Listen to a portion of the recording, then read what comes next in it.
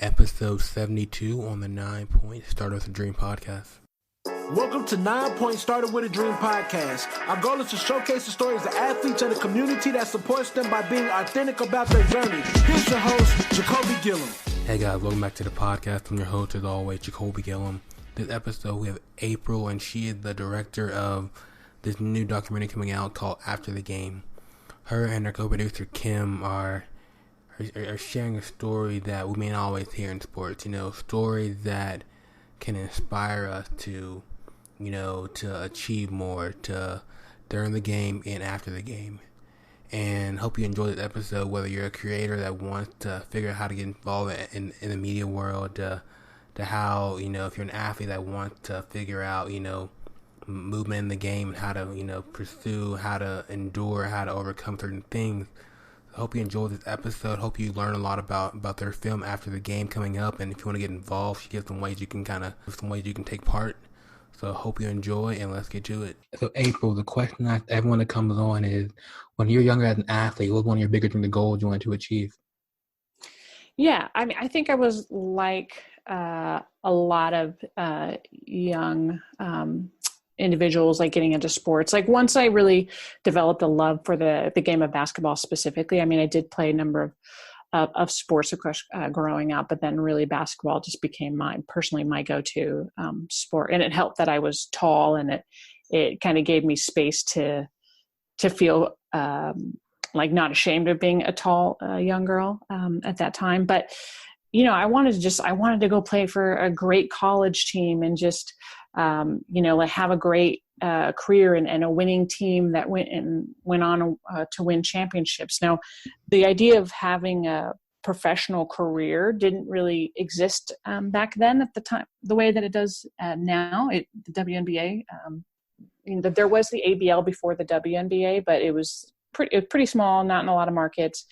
And you can say the same thing about WNBA right now still today, and I hope they expand.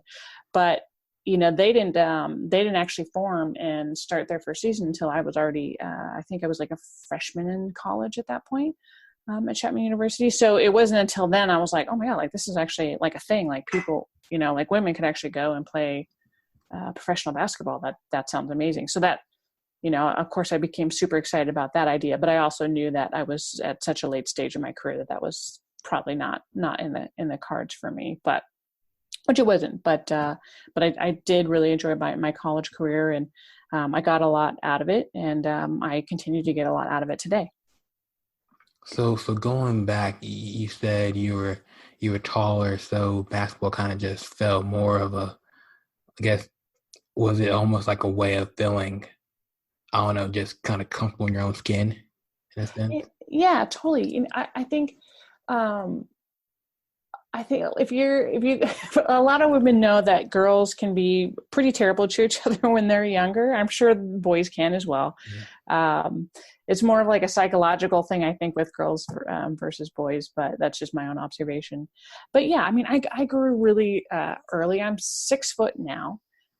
And I was already about 5'11" by the time I was 13 years old. So just imagine being in middle school and you have somebody, a young girl who's taller than a lot of the adults, a lot of the teachers in the school. And so it's pretty awkward. And I always very, have a lot of empathy for when I see other young girls, and you can sort of tell young girls that are sort of not comfortable in their body. They, may hunch their shoulders and so on and so forth. But I always enjoyed basketball even before I had my growth spurt. It was just something my sister and I would go play at the park, and we were pretty competitive kids already. So we played a lot of one-on-one, tore each other up on a number of occasions. So who's better though? Who's better? Yeah, exactly.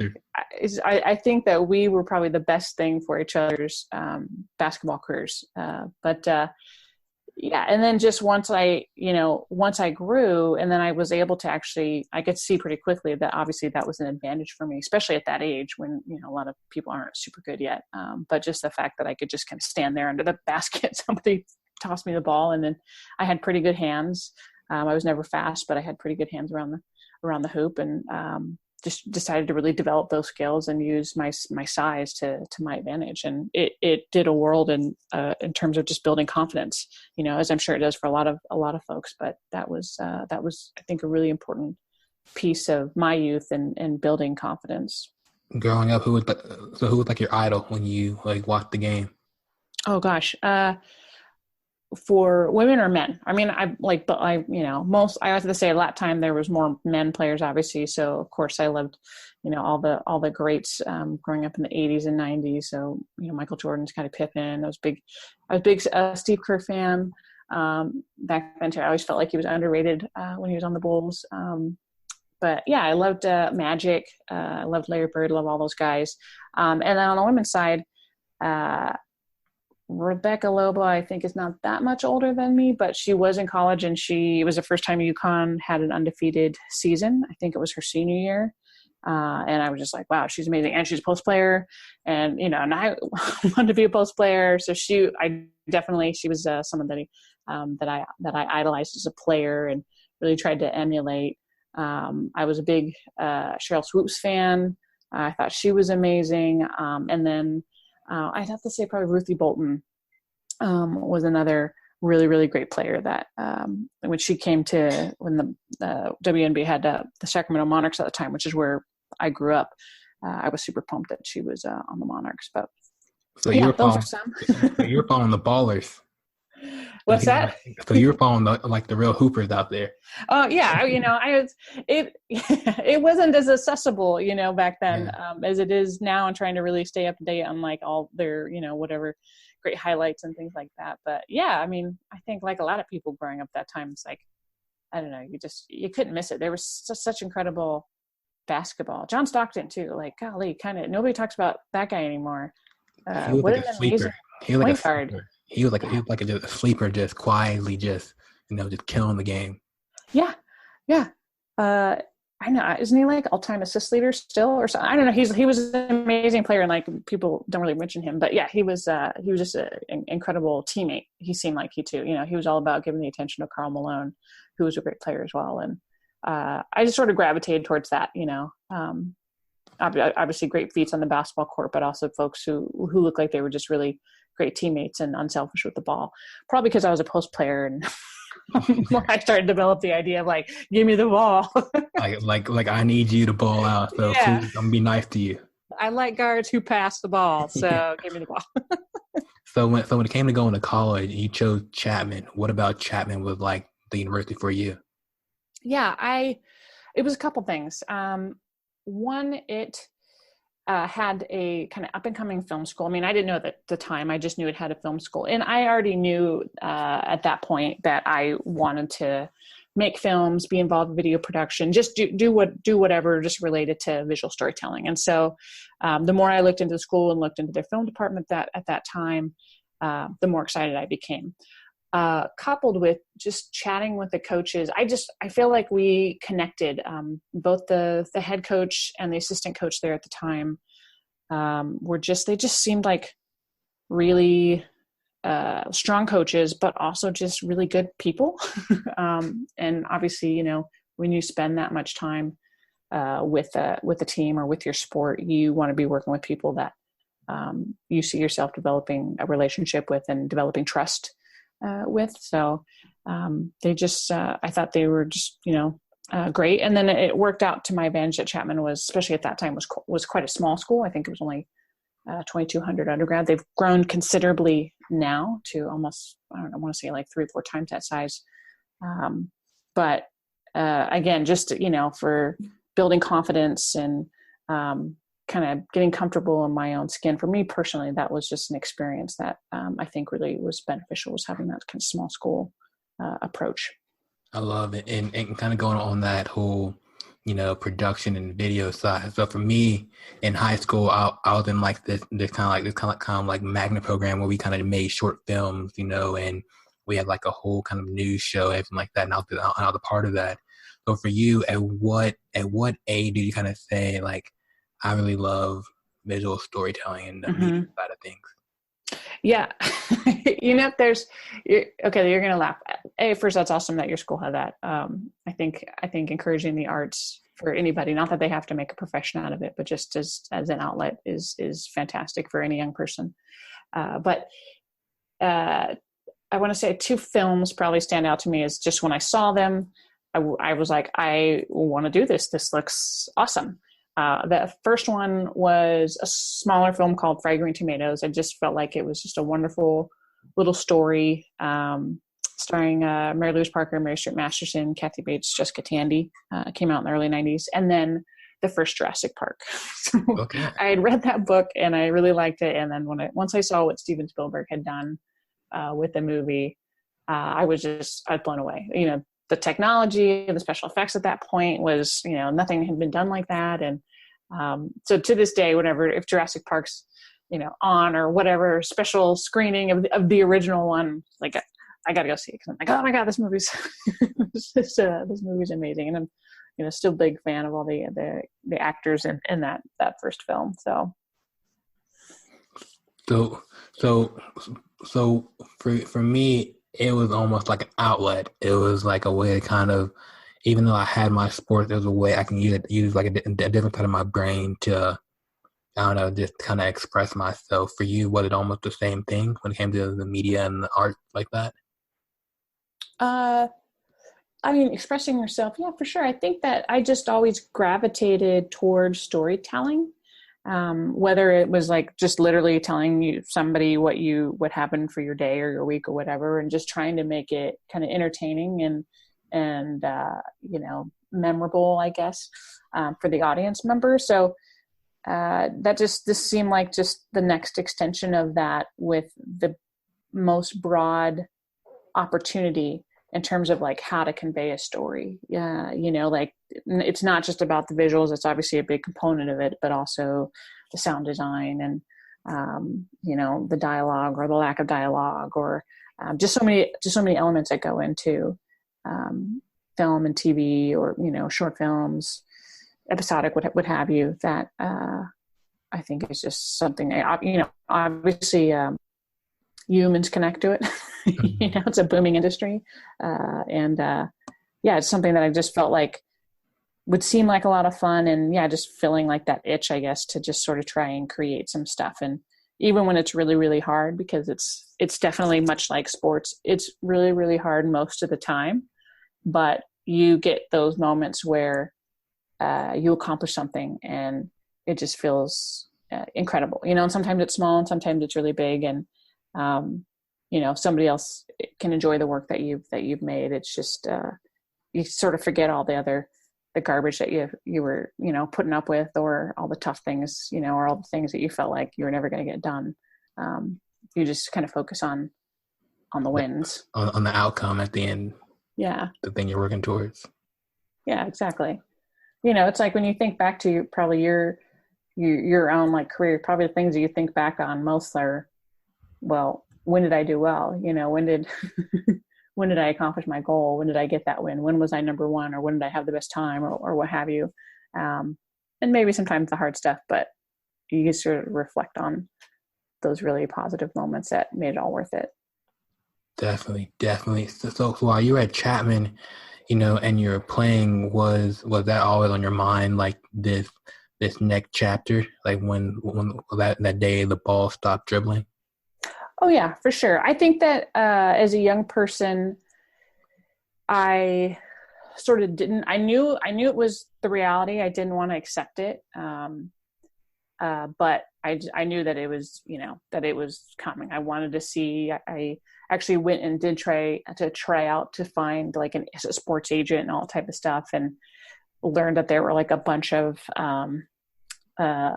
folks who were willing to rip off young girls at that time because the WNBA was so new. And so you had all these people like literally who were setting up like bogus camps and things like that to take your money, and like no agents were there, but whatever, you learn the hard way. But, so, so I tried that stuff but I did start working right away, and, it didn't take long to be like, oh, hey, I have to pay the bills. I have to, rent a place to live and cover all my expenses. I'm on my own now. And you just start kind of going about and figuring that out. And sort of starting your life post student athlete. And it definitely, I think, takes an adjustment.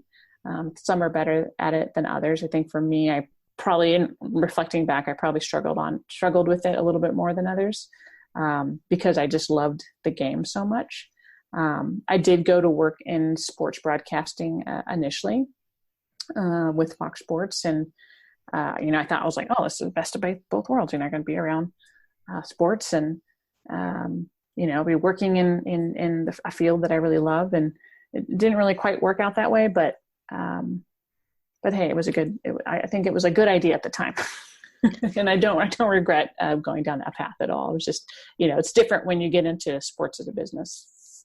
And that's so true. Kind of going on that, like, because working in sports and playing sports is like night and day. Yeah. Right. I remember, like, when I was in school, I was an intern for the OKC Thunder for it was a sales internship, and I was like, yeah, I'm working for the Thunder. It's gonna be awesome. I love sports. Mm-hmm. And I realized, like, this kind of sucks a little bit. I was like, it's cool being there on game day and all that stuff. I'm like, man, but you aren't playing. It's not the same as when you're just like in a suit and tie, just walking around the arena all day. Yeah. And I can only imagine like sales would be really, really tough. That would be super tough. So, man, I was in the operations side of things. And so kind of dealing with making sure that all programming got on air on time. It was very high stress environment. I think the high stress parts didn't bother me because I was, as a former athlete, I was sort of used to, games on the line and clocks winding down and, those type of moments and being able to keep your calm with that. But having everybody else sort of like just frantic or around, if anybody's ever worked in, I think like either a newsroom or in sports broadcasting, like on the operations side like that, they know what I'm talking about. It's just, it's pretty intense, when you have like 5 seconds before you're going to black if you don't have your show in time. And going to black for any TV station is like the worst thing possible. That's when people lose their jobs and things like that if they can't make their deadline, because the deadline's the deadline. Like, you can't stop the clock. Your show's at 6. You got to get your show ready. And then also dealing with all the live sports and adjusting your programming, because you can't really control what's going to happen in live sports. So true that. So I know there's a lot of athletes out there that want to get, especially nowadays with the way media and stuff is, that want to get into this world as a sports media, right? And they want to get into the visual side of the storytelling. So if you could give, I guess, a piece of advice to either your younger self or an athlete out there that wants to pursue this type of industry, what would you say? I would say 2 things. One, go make something, go do it. I think that's when it comes to content creation and media, and especially if you want to be a creator. So I guess that's the baseline I'm starting. I'm assuming that person wants to be a creative or a creator of some sort, in which case, like, go make some stuff, be willing to just go work for cheap or free, just to go get some experience on a professional scale, making some content, and make it as good as you could possibly make it. And I think the second thing, don't be afraid. Like, I think again, I've already mentioned I was a timid young person and finding my skin through basketball, and it definitely helped me gain quite a bit of confidence in life. But also when you transition out of sports, then you're like, oh my God, you start kind of, like, can I still do these things? I'm pretty sure I can do these things, but you sort of let fear set in, or potentially can let it set in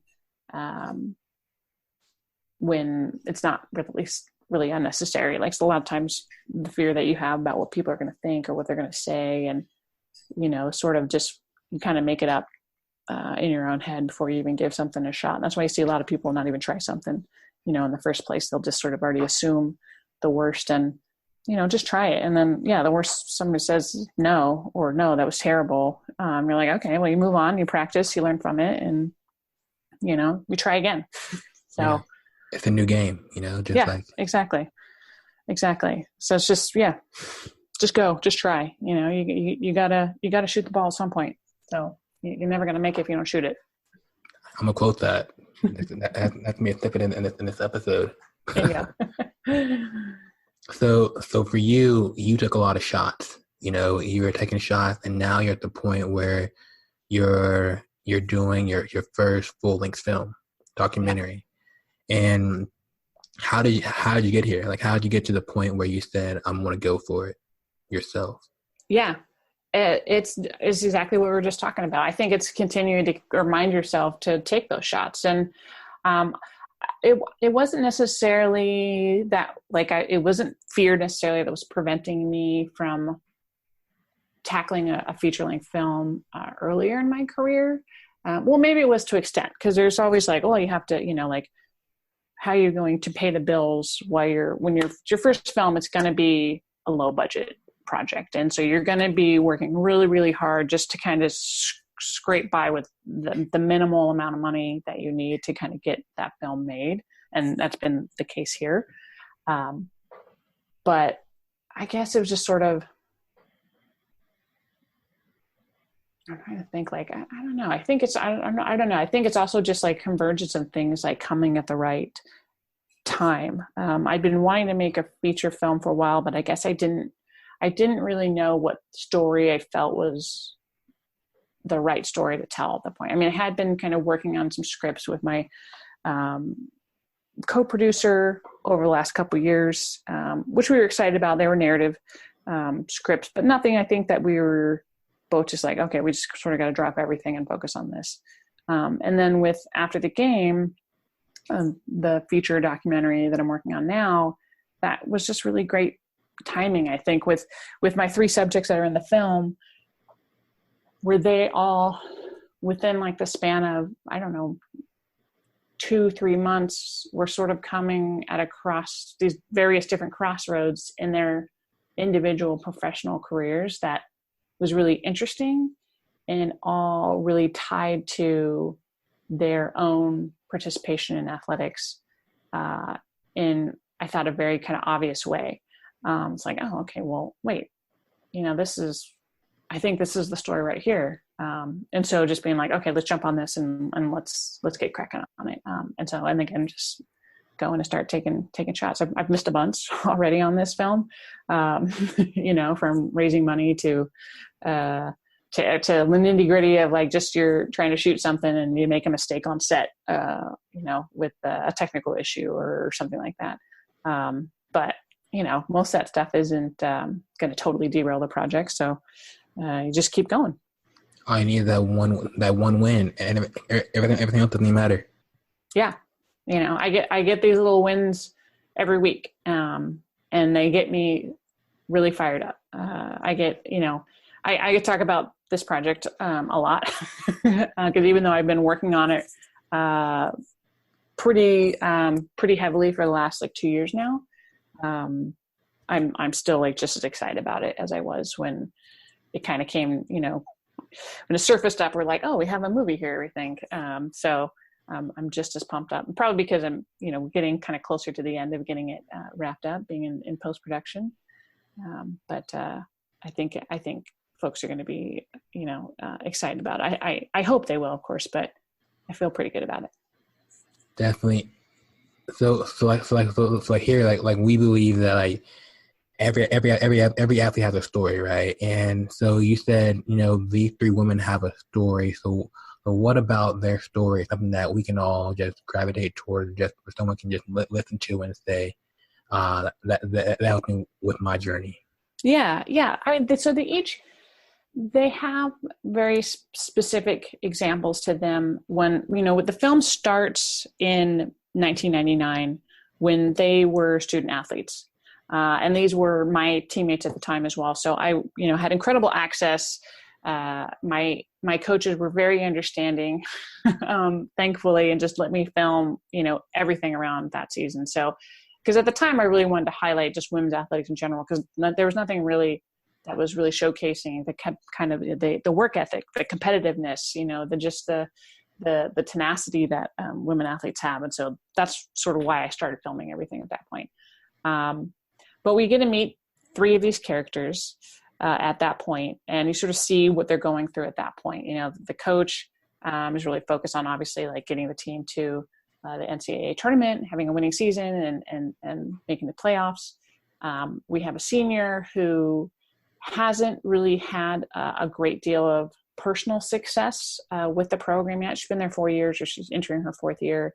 And she's just trying to rack her brain about like, how do I get more playing time? Like, how can I really prove myself? Because I've been working hard, but like to her, the rewards really aren't paying off yet. And so what is she going to do about that to really kind of get her career off the ground the way that she wants to? And then we have this other character who is transferring. She's a junior, and she's a transfer from, another, she's a JUCO kid, and trying to find her place on this new team. Like she's not totally green. She's not a freshman. She's got some experience, but still she's this new kid on the block coming in. And we catch up with them again. So we follow them throughout the season. I won't give away kind of what happens there, but we then catch up with them and we kind of go back and forth in time to see what they're up to today. And you see the coach kind of like struggling with, her kind of life beyond coaching. She's no longer a coach. And what is she sort of like her, own identity beyond being a coach? And also, by the way, she's also she's a former athlete herself, and one of UCLA's top 15 greatest women's basketball players of all time. So she's had like her own storied career around basketball. And our senior, she is, she's grown. She runs her own business. She's actually trying to get another second business off the ground. So sort of much like as when she was in school, like how is she going to get her career really off the ground? How is she getting this business off the ground? And it's sort of like a new business, sort of like out of her immediate expertise. And so trying to figure that out. And then our junior transfer, she's been at the same company now, present day for like 15 plus years. And she, for the first time, is contemplating leaving that company and kind of, again, being the new kid on the block all over again, someplace else. And when you talk about all of them, like they can't help, like they're just, always an athlete, right? They can't help but just draw back to their experiences. And they're not even necessarily doing it on purpose because, I'm kind of talking to them about it and filming them. It's just sort of the way that they think, because it's, I think much like me, it's just ingrained in you. And like, how do you going to deal with these challenges? What am I going to do? Okay. It's sort of like, let me, draw an analogy of like, okay, if I'm going to be a new kid on the block, then it's sort of like, I got a new defense to read and I got to learn how to read that defense. It's the same thing in the corporate world. So, that's just sort of like that's an extended summary of sort of what these characters are facing in the film, and viewers get to sort of follow along and see, not only what happens to them in 1999 as athletes and what happened to their careers and their season, but also as adults, and how these very similar professional challenges, even though they're not related to the sport anymore, they're still able to use kind of what they took, and learned as athletes to these professional challenges today and see what kind of comes of it. That's cool. Like as you were describing it, I kind of saw how moms can bring their daughters and they can both relate to the story, like whether, there's a young daughter that's first starting to get into the game and a mom that's now, wanting to, venture outside of, that retired athlete life, So I think that's kind of cool how you're hitting all the segments of the athlete life from the beginning to the end. Yeah, I hope so. And I mean, I think ultimately a goal that I have with this film is that it's sharing a positive message about the benefits of athletics and sports participation for young folks. But also for parents and coaches today to maybe kind of rethink how this kind of kid in sports industrial complex has gotten to the place that it has today. You know what I mean? Like I call it industrial complex because I feel like it's just like this sort of behemoth now for young folks, like just in terms of talking to other people and kind of seeing it, just firsthand with other folks. And, kids have a lot of pressure on them. Mm-hmm. They're starting sports earlier and earlier. I just talked to a parent a couple weeks ago and they said they got their kid involved in his sport, I think when he was 8, and he's now like a teenager and he's doing really well, but they felt so bad at the time because they felt like he was behind. I think he's like 14 or something like that now, but he's doing really well. But, he caught up, but they had so much guilt about like, oh my God, we should have started when he was 5. And, we just messed up his career chances and things like that. And I'm like, but it was just sort of sad to hear, like, that's what parents are getting stressed out too. And it's like, and now, I don't know if you're familiar, the ESPN and the Aspen Institute's campaign right now, their hashtag Don't Retire Kid. It's a really clever campaign and something I'm super happy that they're doing, and to raise awareness to kids kind of dropping out really early and not really giving sports a chance. And, sports won't be for everybody, but it sure can do a lot of good for a lot of young kids. And it's just in different ways than what they think. And that's what I hope that this film does, that, I never really had an interest necessarily in doing like a documentary on like a sports superstar and like how they got to their elite. I mean, there's plenty of that type of content in those stories out there already. And then obviously I don't have anything against them. But I wanted to show this other side that we can all connect to, that we can all touch. Yeah, exactly. That is very tangible for anybody. Like, you don't have to be the cream of the crop, of your athletic class, to engage in sports. Like, if kids are dropping out because they're like, oh my God, I'm not the best, or I'm not getting enough playing time, and they're 12, it's like, you're 12. Like, yeah, like you should just be having fun and just sort of getting familiar, and comfortable in your body, and just kind of, letting yourself figure stuff out and figure out what sport you like, rather than trying to specialize when you're 10. These are all just obviously my opinions. I'm not a, certified sports psychologist or anything like that. But just as, having my own experiences and just knowing countless men and women who are former athletes, who, I've never heard a former athlete tell me like, oh, I wish I didn't play sports. If anything, it's like, I'm sure you found this, like sometimes you meet, later in life, and I don't know, you meet a peer at work or something like that, or another colleague that you're, going to collaborate with on a project. And once you find out that you're both like former college athletes, it's like, oh, it's like a little bond. You're like, oh, what did you do? Like, how'd you do? What school did you go to? Blah, blah, blah. It's like this little like kind of connective tissue automatically just stitched together really quickly. That same language. Yeah, exactly. And I think that's a pretty cool, unique thing. But, I think if parents and, teenagers and coaches can sort of remember that it's about, athletics and sports is all about all these other things in life too. It's like the goal does not have to be to just go pro or to get a scholarship or to, go to the Olympics, depending on your sport. It's to build all these other skill sets that are going to really serve you really well later in life, I'm with you with that 100%, because like I realized that from the 2 years now with 9 Point is that, and it's my own experience, that when you're not the highest ranked athlete and you see on social media, you see on ESPN, you see on these other, media outlets that are sports, and you see all these other athletes that are, this hype, and you're not getting anything, you're like, am I good enough?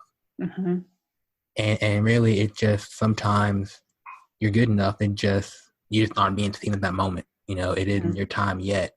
And I think, having a film like yours, it's going to hope, me personally, selfishly, I hope your film and inspires athletes to know that, just like you were saying, like the journey doesn't have to be the ultimate end result of the championship or the pro, but it can be the moments and the memories you make they can always look back on.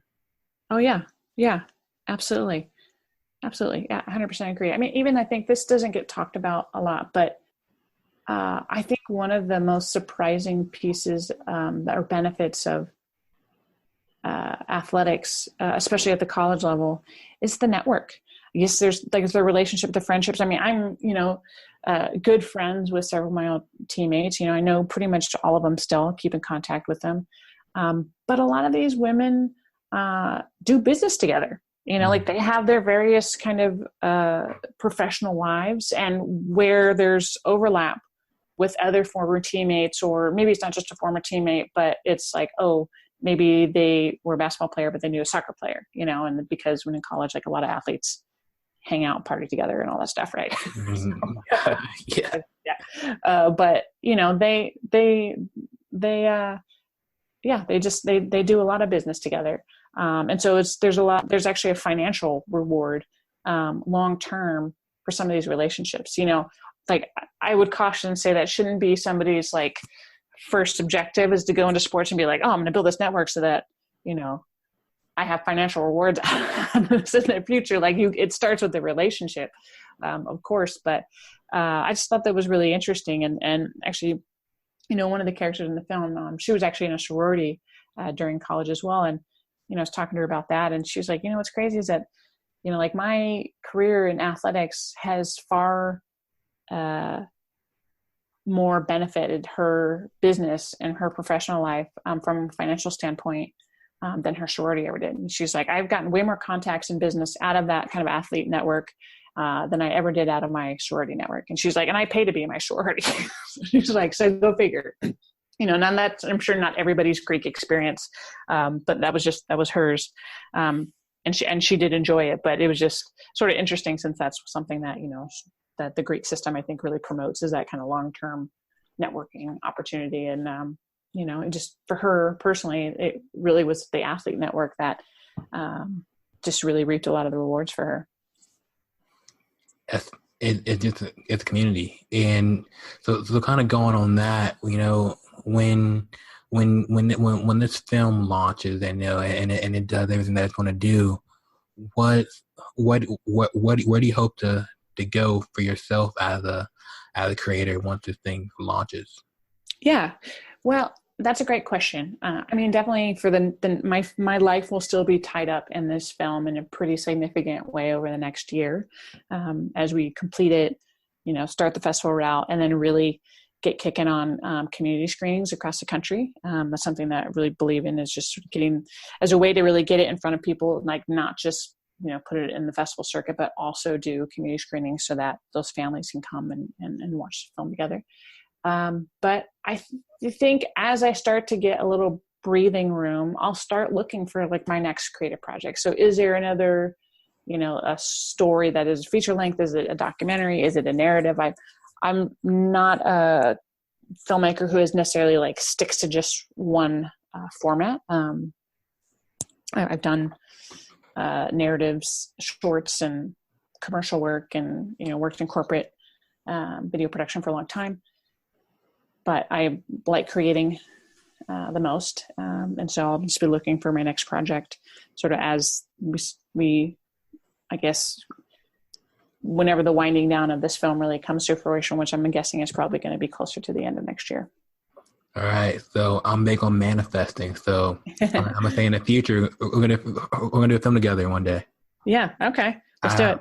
I have storyboards and video ideas that I've been thinking about for a long time. Right on. We should talk about them then. So we definitely need to talk for sure, because I think like there's so many stories in sports, just like you said earlier, that aren't being told because they aren't the mainstream athletes. Mm-hmm. And I think we can reach more through the I'll say like just like almost like the mid-major athletes. Mm-hmm. In the sense of how we can relate, so I definitely want to talk to you more about that, because I think like you have the visual and the knowledge and the mindset and just really do some great things. So and then Kim, is she your co-producer? Yeah, she's the co-producer on the film. Shout to Kim. Yeah. Shout out to Kim. I love hearing ideas. I love like batting around ideas, expanding on ideas. To me, that's just a really fun process. So we should definitely talk. Definitely. So when is the ideal release date? Or things change, but like when should we look to see this out, in the fall, in the spring, or what are we thinking? Yeah, so we'll be wrapping up the film by the end of this year. We should really be done by the end of November. But the festival circuit probably kicks off more in the first part of the year. And so depending on what festivals we end up getting into, we will be, aiming for some big ones for Q1 of so there's my business speak, but for the first couple months of 2020, and then once we kind of have that proper premiere, then we'll be, working really feverishly to not only get other festivals on the docket, but to get those community screenings going. And then also that will really last, up until the end of 2020. And it'll really depend on, hopefully people are listening to this and they're living in an area of wherever one of those screenings is taking place. We, I think do a pretty good job on our social media channel as well as our newsletter, and kind of keeping our audience up to date on what's going on with the movie. And we will definitely always be posting about whatever screenings we have going on, and what cities and dates and all that type of stuff. So there'll be a lot of opportunity starting next year, to see the film. And then once all that's wrapped up, we will be getting it on streaming, so on VOD. I'm going to introduce you to a buddy of mine that I went to school with. His name is Bryce Cornett. I guess it was early this year. He released his own kind of documentary that he did with a guy in Oklahoma. Trevor, I forgot his last name is, but there was a documentary called Driven, and they kind of did like the whole kind of festival circuit as well, and they won a few awards. Maybe they can kind of give you some tips on how they did it, when you guys go around that route. Yeah. I love to connect with anybody. So, good news is if we have some excitement from a couple festival organizers already, so I feel pretty good. Like smaller mid-tier type festival stuff, but yeah. So of course, we also aim big. We'll be aiming for some of the big festivals. So right, you gotta again. ESPYs. If you don't go for it, like you're not gonna get it. So got aim for the ESPYs too. Yeah, ESPYs. Yeah, I didn't not even think about that. gotta go for the ESPYs. Yeah, that would be awesome. So when it comes to making this thing happen, how are you all funding it? Great question. It is a combination of kind of personal investment, and then we have funded through most of post-production, but to kind of get the rest that we need, we are launching a crowdfunding campaign at the beginning of September. So September 2nd, we'll be launching this crowdfunding campaign to really seek all those final finishing funds so that we can complete the final sound mix and complete the final color correction, with the footage really being across such a lengthy time period, especially that old stuff. Some of that old stuff, the color in it does not look great anymore. Tapes do deteriorate over time, I guess I've learned. So if you don't digitize them early on. So we've been, it's definitely been an effort to try to take that archival stuff and try to make it look better. It's not going to look as good, of course, as the new footage, but that's all an expense. And so that's how we're financing it, is it's, already using the personal investments that we have acquired to date, and then we'll be launching this crowdfunding campaign at the beginning of September. Awesome. Well, definitely let us know when that launches, and we'll definitely share it out for sure on some social media and everything. Love that. Yeah, we love it. Everybody, who is excited about this topic, who loves sports, even if you just want to see some great action in the film as well, as sort of follow along the 1999 season. I think it's pretty entertaining stuff, and but again, at the end of the day, I think it's really about the message, and really hope people are excited about it and want to help us spread the word. We've seen great response already, and just continue to try to grow it so that we can really get it in front of as many people as possible.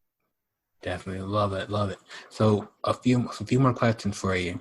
So where can people find more about you and the film? Social media, website, anything like that? Yeah. Well, all the above. So we do have a website, afterthegamethemovie.com, where we really encourage people to go on. You can learn about, the film there. But also I think the best kind of resource there is just signing up for our newsletter.